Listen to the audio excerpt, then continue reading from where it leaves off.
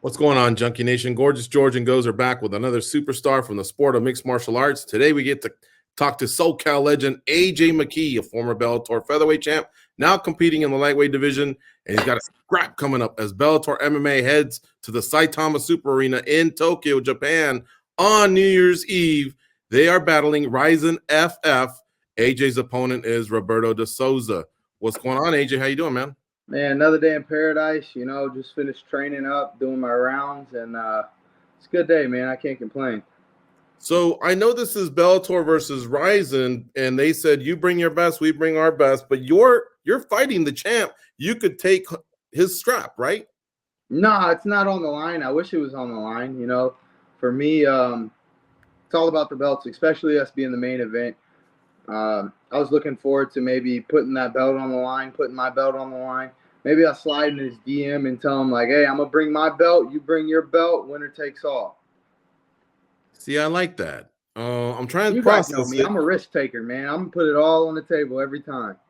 I know, man. You like to blaze up them streets in the Long Beach area, too. I know you like to take risks. But listen, yeah, I'm trying to process this. I guess from their point of view, being that you wouldn't be there to defend it, maybe that's not why they're doing it. But I guess you'd still get the street cred, right? And arguing, arguably will give him respect too. If he were to beat you, then I guess he'd say, hey, look, I beat the Grand Prix champ. I beat the, he takes all that too.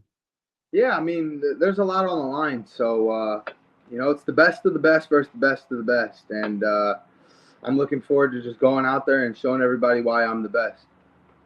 When I first heard of it, I just thought, ooh, Bellator's gonna smoke them, man. And then I started looking at each one of these guys, and they got good records.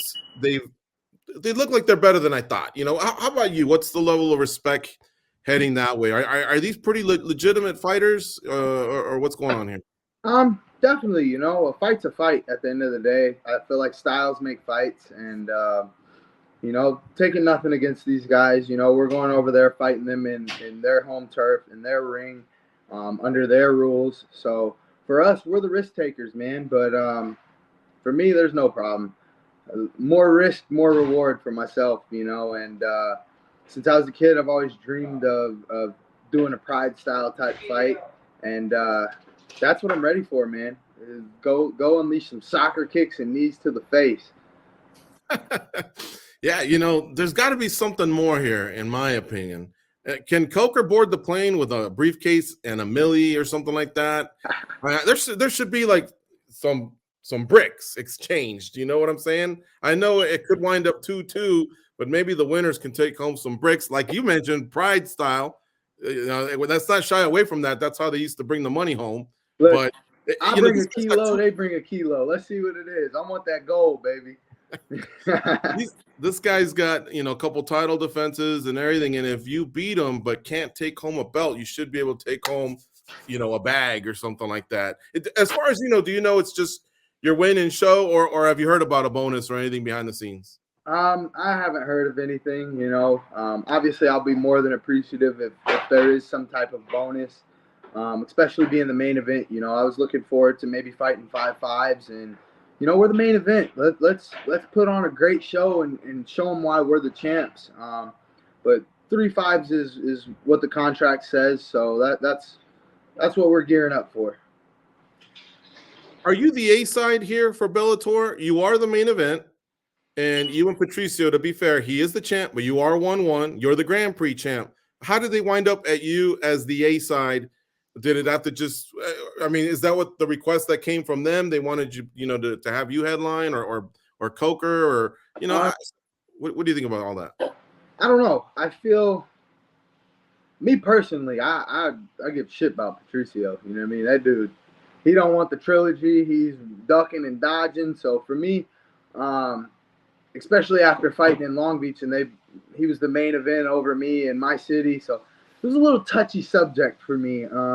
But now stepping into this one and me being the 55-pounder representing Bellator in the lightweight division, I'm geared up for it, man. I'm ready. I feel like I'm A side. I'm always A side. Even when I'm not A side, I'm still thinking I'm A side. Yeah, I didn't think about that Long Beach deal. I guess I could see where you could be a little touchy about that. Sorry to bring it up, but all right, last one for me, and then I'll turn it over to Goes. Deep down, even though that you fought a couple of these guys like Pitbull and whatever, are you hoping it's a Bellator sweep, or do you just focus on AJ McKee? I'm focused on AJ McKee, but also at the end of the day, I want the organization to look well. You know what I mean? So the fact that they chose me to go out there and represent the 155-pound division. It means a lot to me, especially just because I'm so new into the division. But it just shows that they respect my skill set, and they feel I'm the man to go out there and represent not only Bellator but my country, the U.S. of A. baby. And that's what I'm looking forward to doing. I don't really see it as a team. You know what I mean? Because Patricio wins, it doesn't affect me at all. If any other guys win, it doesn't really affect me at all. But obviously, it looks good to go out there and just have a sweep. I think it might be too late to get the extra money or the extra belt, all that stuff. But I was always thinking of this when they announced this. How cool would it be to have on the mantle some kind of Rizin Bellator samurai sword? I think that would be badass if they gave one of those to you guys. What do you think of that? I'm going to put in a request. I want my damn samurai sword now. I think it'd be dope, man. That samurai stuff. That's be nice, right? In Japan, baby. There you go. So speaking of Japan, one of the first things that came to my mind was rule sets, and we grew up on Pride and all that. What do you think of that particular rule set? Would you even like embrace that if that became a thing back in the United States? Is that something you would like? Partially yes and no. I feel like it takes a toll on the body a bit more. Obviously, getting soccer kicked in your face, kneed in the face to the grounded opponents, but I think it's just a cool opportunity to go over there and do. But to do it every fight, it can be a bit tolling and taxing on the body. So I think just along the lines of this opportunity in this particular situation, it's ideal. Since I was a kid, I've watched Pride, from Rampage powerbombing people on their head to Shogun dropping knees to people that are on the ground.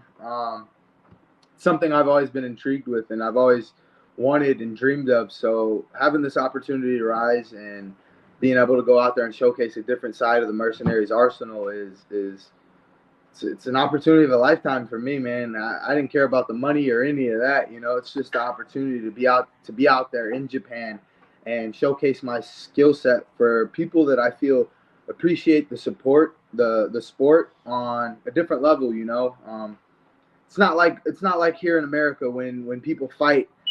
It's more like just gladiator. They want the blood. They want the gore. They just want that rah. You're gonna hear that crazy screaming and stuff. Where versus in Japan, it's gonna be a lot like COVID. The fans are quiet. Until there's an exciting moment in the fight, and they don't appreciate tapping. You tap, it's like you go to sleep. They respect that a lot. So. For me, it's just going out there and showing a different side of the mercenary and why he's called the mercenary, and just that true warrior within yourself. So looking into some video, into some research on your opponent, is there maybe one thing that you can look at and say, hey, this guy's bringing this to the table that maybe I wouldn't say you haven't seen in your career, but maybe in the last couple fights or something? His jiu-jitsu, man. He's had many finishes. He's a high-level black belt.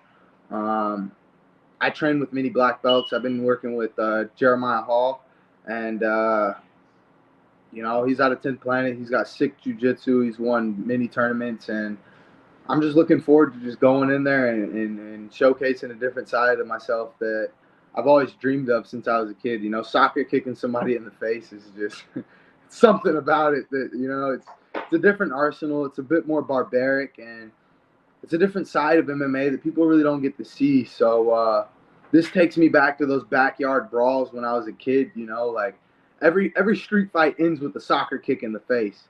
So this is going to be pretty much the same thing. Ain't that the truth, man? It seems like every year at the end of the year, when we're talking about the major storylines in mixed martial arts, we're talking about judging, man. I was curious, AJ, We've never really heard from you. Is there a solution if they go, AJ McKee, how do you fix this? What's one thing you would suggest? I would say open scoring. Open scoring. At the end of the round, the fighters know where they lie within the fight, and it gives them opportunity to dig deep. Show that true warrior inside. How bad do you want it? If you're down, if you're up, it shows your character of who you are and what your purpose in the fight game is. If you're up 4-0, obviously, all right, yeah, you're gonna go wrestle and take the guy down. But I mean, it's not what the fans want to see. So I can understand both sides of the story, especially for the organization's sake and the entertainment aspect of it. But it's not a lot of people that have that real warrior mentality. Like, I'm going out on my shield. For myself, open scoring would be ideal. Just to know where I lie in the fight and how things are going. Yeah, I think open scoring would be ideal. I used to be against it. Now I'm starting to warm up to it because, yeah, we've had some serious bad calls just in the last week, both Bellator and the UFC. But, this happens. Then again, that doesn't stop the way that the judges are seeing the fights. It just tells the fighter where they lie within the fight. So I think it just gives a little bit more control back to the fighters and being able to capitalize on the opportunities. Yeah, no doubt. AJ, just a couple non-MMA questions. So we've talked many times about your love for street racing, I guess we'll call it. And so she was sitting right here. Oh, I got it. I ain't playing no games, man. Damn. I'm playing no games. So let me ask you this. So you know how the algorithms work. All of a sudden you pop on one video and then they think, hey, this guy must like it. So they shove them down your throat. Every time I go on Instagram, it's a bunch of people at a four-way, and I guess they've blocked it off, and then they're just cutting whatever you call them, donuts or doing whatever. And that's fine. Kids will be kids. I get it, man. I mean, it's dangerous. Right. But now I'm starting to see every single video accompanies people going, woohoo, and then boom, the car hits them. Like, is this that common? Like, I've literally seen 20 of those just in the last month where someone goes flying. Like, I don't know, man. It just seems like the street stuff. I get it. That's probably happened since my dad was younger, but no one was getting hit by a car. Does that happen? These are called sideshows. They're called sideshows. They go do donuts, and when I was younger, I was in high school. I used to attend them, and I would have a little fun at them. I never really got into sliding my car and doing donuts like that, but they were fun. When I was a kid, people weren't getting hit, but it's the thrive. It's that adrenaline of being right there in the middle of people doing donuts and figure eights. People, they're a bit dangerous, man. I wouldn't recommend it to anybody. I'm more of like a racer. I like to go in straight lines. I like to hit lanes, doing F1 type stuff. And that's why I got this little sim right here. I'm about to order another sim, a full-blown like simulator. Look, I didn't clear it out a spot and everything. It's about to go right over there. Nice. I'm full force in it now. All right. So really, the drivers aren't bad. It's just people are creeping up because they want to get close to the action, and they're actually the fools in this whole mix. Yeah, man. You can't anticipate where a car is going. They're sliding. You know what I mean? Right. Once they see somebody, you can hit the brakes. And you'll see videos where the awareness, you have good drivers who are capable of stopping the car from hitting other cars when another car spins out. That's just awareness. But when it comes to people, you're not really trying to pay attention to who's on the outside spectating. Your main thing is finding your drift line and figuring out how to swing in that circle. People just got to be cautious, man. People got to be cautious when they go to these events, and just enjoy from the side, man. Let these guys do their thing, and enjoy if you're going to be there in that presence and enjoy that. I haven't attended them. They get a bit rowdy. People start smacking into cars and fights break out, and then guns come out. It turns into a wild party sometimes. So I tend to stay away from those. I don't like them. Have you gone to Pomona where they have the drag races, the professional drag races before? Yeah, Pomona Raceway. You got Pomona Raceway, you got Irwindale. There's all kinds of tracks out here, man. But see, this is the thing. There's no circuits. There's no circuit tracks. The closest circuit track for us is about 2.5 miles or 2.5 hours away in Willow Springs, and it's a nice track, man. It's a nice track, but it's just so far, man. You know, if I'm gonna take my S2000, my Honda, or my Caddy out there, like I don't want to be racing my Caddy on that track, and there's a bunch of people out there, you know. Like then something happens, it breaks down. It's a lot, you know what I mean? So hopefully maybe, you know, SoCal is very big into the race scene, you know, from Fast and Furious. Like it's literally been embedded to the California, just the California lifestyle. You know, it's kind of like the weed, you know what I mean? Like it's California, man. Like this is what we know. This has just been in front of us our entire life. It's what people enjoy to do. And I think just creating a safe environment for people is the key. You know, Long Beach does the Long Beach Grand Prix. That's something really big. But once again, these are professional drivers doing their professional thing. So maybe one day I could get big in the city. You know, go talk to the right people and hopefully get a nice track put in Long Beach somewhere or something. Get in the celebrity one. Didn't we talk about this before? We did. Honestly, screw the celebrity one, man. I'm coming for the Indies, baby. That's gonna be my first goal. I want to win the Indies, Long Beach, man. Long Beach Grand Prix. There's levels to this. Come on. I know there's levels to this, man. But picture some guy walking in. Picture some guy walking in. You know, I wrestled in high school. Give me AJ. I'm gonna jack him up. I'm gonna be champ. You'd probably tell him, settle down. You got to do amateur, work your way up.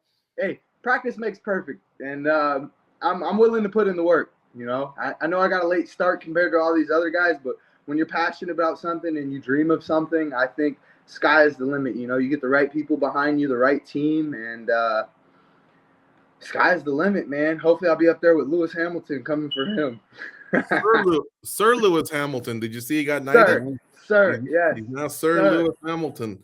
Yeah, and respect, man. That dude is the GOAT. He's me in the cage. To Vegas. F1's coming to Vegas. Did you hear about that? I did. That's gonna be phenomenal. That's gonna be dope. I'll probably try to attend that just because it's a nice drive up. So I'll enjoy the drive up and enjoy the racing and yeah, have some fun. Hopefully meet some people and just go out there and enjoy it, man. If you're in that monster suite and you hear somebody go, man, they couldn't show, huh? We got 2 tickets. Holler at your boys. We're in Vegas. Hey, I got you guys. We watched that actual Grand Prix on Netflix. I don't know if you've seen that show. It's ghost trended on to me, but it's pretty cool. Yeah, it's phenomenal, man. I literally, so my buddy's got a sim. He's got a real sim, one that I'm looking forward to getting here within the next month or so.